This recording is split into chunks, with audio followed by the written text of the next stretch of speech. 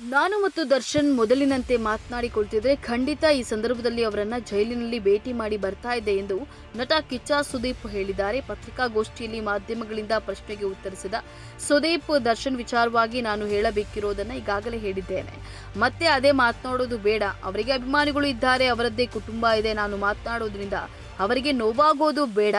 ಮತ್ತೊಂದು ಕಡೆ ಮಗನನ್ನ ಕಳೆದುಕೊಂಡಿರುವ ಕುಟುಂಬಕ್ಕೂ ನೋವಾಗೋದು ಬೇಡ.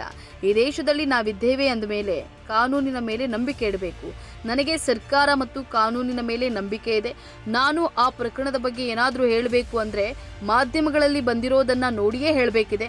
ಯಾಕಂದ್ರೆ ಅದಕ್ಕಿಂತ ಹೆಚ್ಚು ನನಗೂ ಗೊತ್ತಿಲ್ಲ. ಇನ್ನು ಅದರ ಬಗ್ಗೆಯೂ ಮಾತನಾಡಿ ಅಂದರೆ ನಾನು ಜೈಲಿಗೆ ಹೋಗ್ಬೇಕಾ ಅಥವಾ ದರ್ಶನ್ ಅವರನ್ನ ಜೈಲಿಂದ ಕರೆಸಬೇಕಾ ಅಂತ ಹೇಳಿ ಮರು ಪ್ರಶ್ನೆಯನ್ನು ಮಾಡಿದ್ದಾರೆ.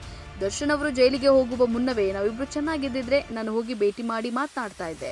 ಆದರೆ ನಾವಿಬ್ಬರು ಮಾತನಾಡ್ತಿಲ್ವೇ, ನಾವು ದೂರ ಆಗಿದ್ದೇವೆ ಎಂದ ಮಾತ್ರಕ್ಕೆ ನಾನು ಸರಿ ಇಲ್ಲ, ಅವರು ಸರಿ ಇಲ್ಲ ಅಂತಲ್ಲ.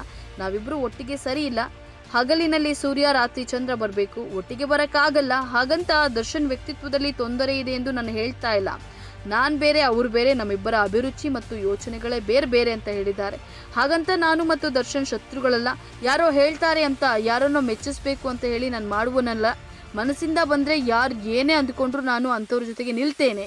ಹೊಸಪೇಟೆಯ ಸಾರ್ವಜನಿಕ ಕಾರ್ಯಕ್ರಮದಲ್ಲಿ ದರ್ಶನ್ ಅವರಿಗೆ ತೊಂದರೆ ಆದಾಗ ನಾನು ಪತ್ರ ಬರೆದು ನನ್ನ ಅಭಿಪ್ರಾಯವನ್ನು ಹಂಚಿಕೊಂಡೆ.